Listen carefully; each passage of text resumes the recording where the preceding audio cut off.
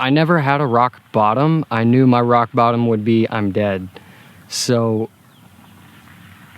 what really woke me up and made me just give up and not want to do anything, not necessarily recovery, just anything, just give up, is I was drinking and threw all my morals aside and started drinking and driving and just trying to be dumb. And I flew through about 5 or 6 trees with my Tahoe on right off the highway, going the wrong way on the service road, just trying to be dumb, and totally messed up the car. Somehow it was still drivable, and I just so happened to be 2 miles from one of my brother's house, and I initially ran out of the car, and I came back and put it in 4-wheel low and drove to my brother's house and knocked on his door with blood and glass all over and in my face and said, "Hey buddy, I messed up."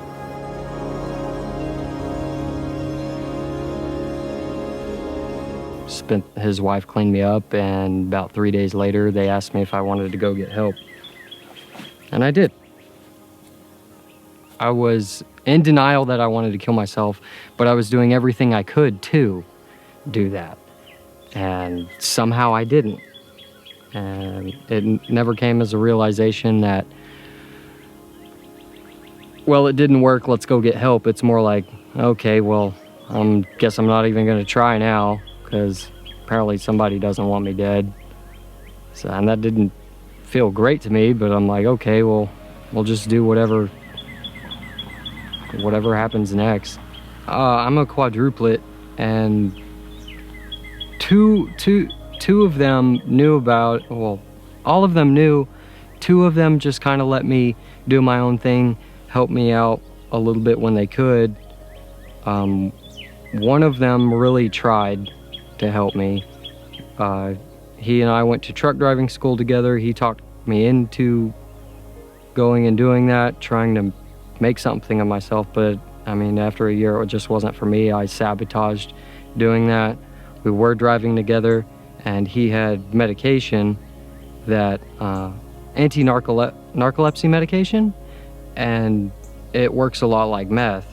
And I would steal it from him, and eventually he found out, and we stopped driving together, and I couldn't hack driving alone, so I came back home. And in that same time frame, when I get back home, the girl I had been dating for 2 years that I was engaged with, she was pregnant. And ever since I was a little kid, I wanted a daughter. And she decided that she's not gonna have that kid. And I obviously wanted the kid. And the really rough part for me that sticks out is I was trying to talk her out of it, but I was with her the whole time. So I was with her at the clinic, and they gave her a shot or a pill or something, and I didn't realize that killed the baby then and there. And my mother is a NICU nurse in Dallas, so she takes care of premature babies that are drug addicted and have all these health issues. And we had to stay near the clinic in case something happened to my fiance. So my mom, a real Christian woman, was trying to get me to convince her to not have the abortion, so she gave us a hotel room in the hospital. So what still tears me apart is we're in this hotel room in the hospital. 2 floors above me is my mother at work trying to save these little premature babies' life, while I'm downstairs with my dead child in my fiance's stomach.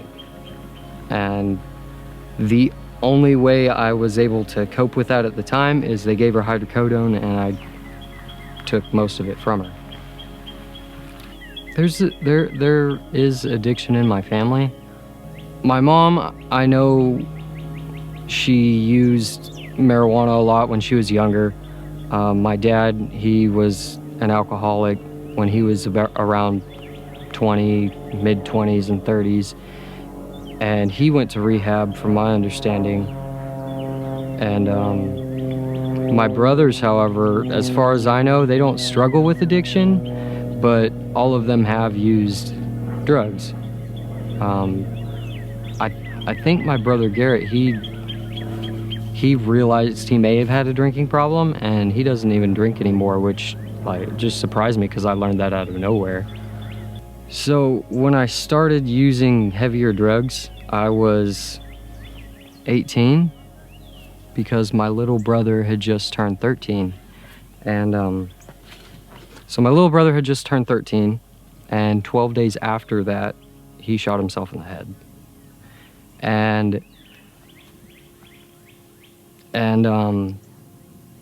my dad started using crack cocaine, and I didn't really know that. I knew he was using some drug. I knew it was some kind of speed because how he was acting. I would go outside to smoke, and he's sitting in the corner out on the porch doing something or another sketchy. And eventually I asked him what he was doing, and he told me.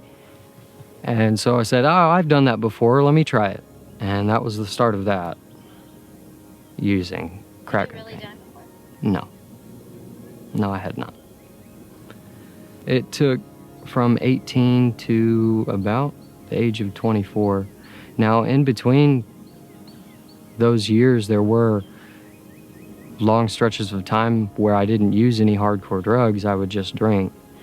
And on those occasions where I wasn't using narcotics, it was because of some girl I was with that didn't approve of it, or some job I was trying to keep.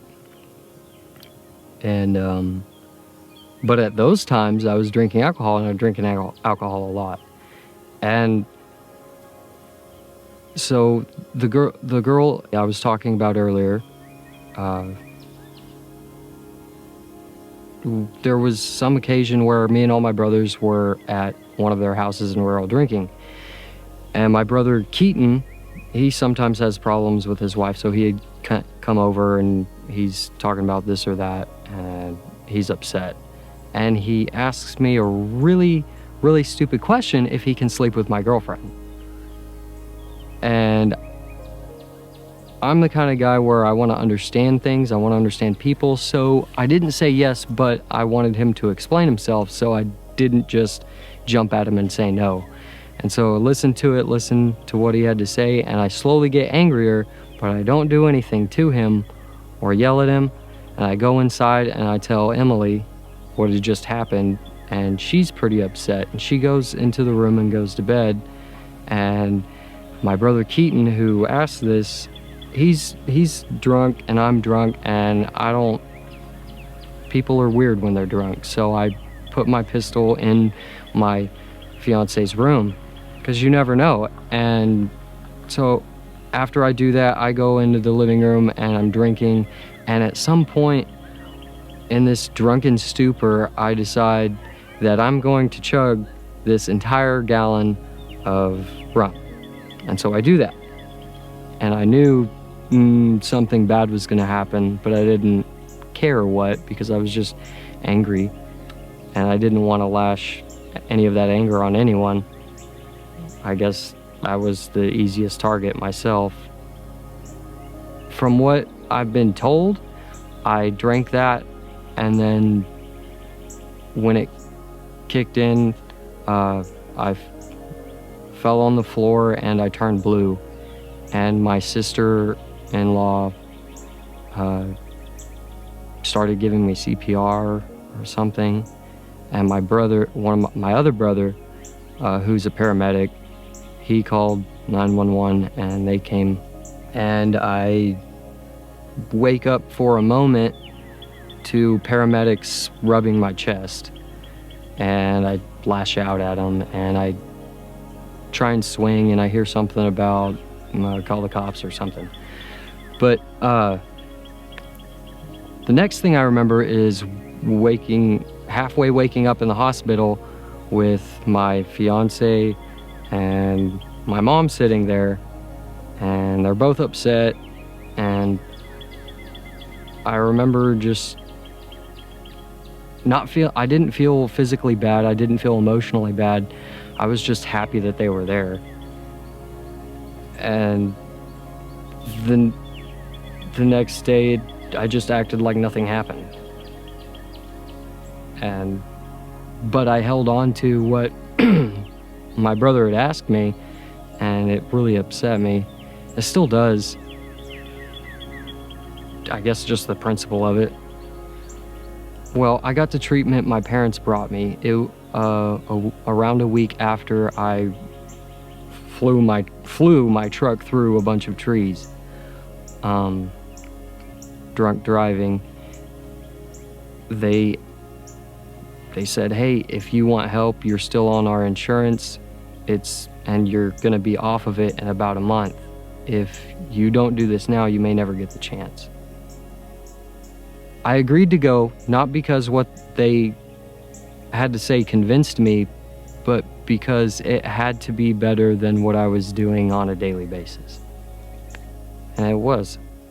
When I walked in to the Waxahachie facility, I was scared. I was scared. I didn't know what was going to happen. I had no idea what to expect. And I didn't immediately go inside. I went into the admission part, but I walked out, and then I didn't go in the building. I went around the building to a couple people that were smoking that, I don't know, looked my age. And I just sat down and smoked with them. Smoked a cigarette, and they asked me a couple questions, and at that moment I felt relief. Not from my emotions or anything like that, but relief from what I was doing to myself. I didn't have to worry about what leg or arm or finger I was gonna break or anything like that. There's a story to go along with that too. I don't know how to tie this in. So when I was 19, and this is about a year after my little brother died, I'd been using speed, crack, whatever I could get my hands on. And at one point I had been up for 3 days. And my parents' house is about 7 acres, lots of land. There's 4 acres of woods. And I would go down there and, just go down there with a gun and see what I see. And one evening I'm sitting in the golf cart and I have a rifle in my lap, and I fall asleep with my hand on the trigger, and I shoot myself in the leg.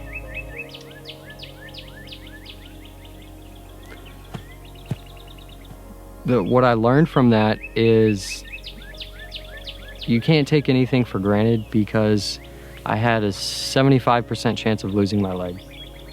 Long story short, the bullet didn't go through, it stayed in my leg, so I had internal bleeding. So I had compartment syndrome, and they had to fly me out on a helicopter and slice my leg in 3 places. I never cried from the pain from it. I never teared up. But reality hit me a little bit when they told me that you're probably gonna lose your leg. And I remember being upset with my dad because he thought I did it on purpose. Which, obviously I have a history of getting in trouble with myself, hurting myself, just being a daredevil, just to try and feel something other than what I was used to feeling. And I think he still believes that I did it on purpose, but I don't think I did. So the pain from the near constant pain I have from my leg is a good reminder of, I don't know, it's a good reminder of just what people can do to themselves, what you can do to yourself. After I came here, everything didn't change, but enough did for me to realize that life is worth living a little bit, even if you don't fully believe it. So over the weekend, I went to Galveston, Houston, and Austin, just 'cause I could. and I saw, I went to the Lone Star Flight Museum, saw World War II planes, I saw the beach, I saw my cousin I hadn't seen in 4 years. I even slept on the beach, and I mean, none of that is possible if I had continued down that path.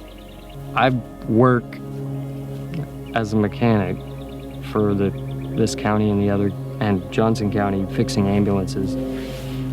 So I never really have free time.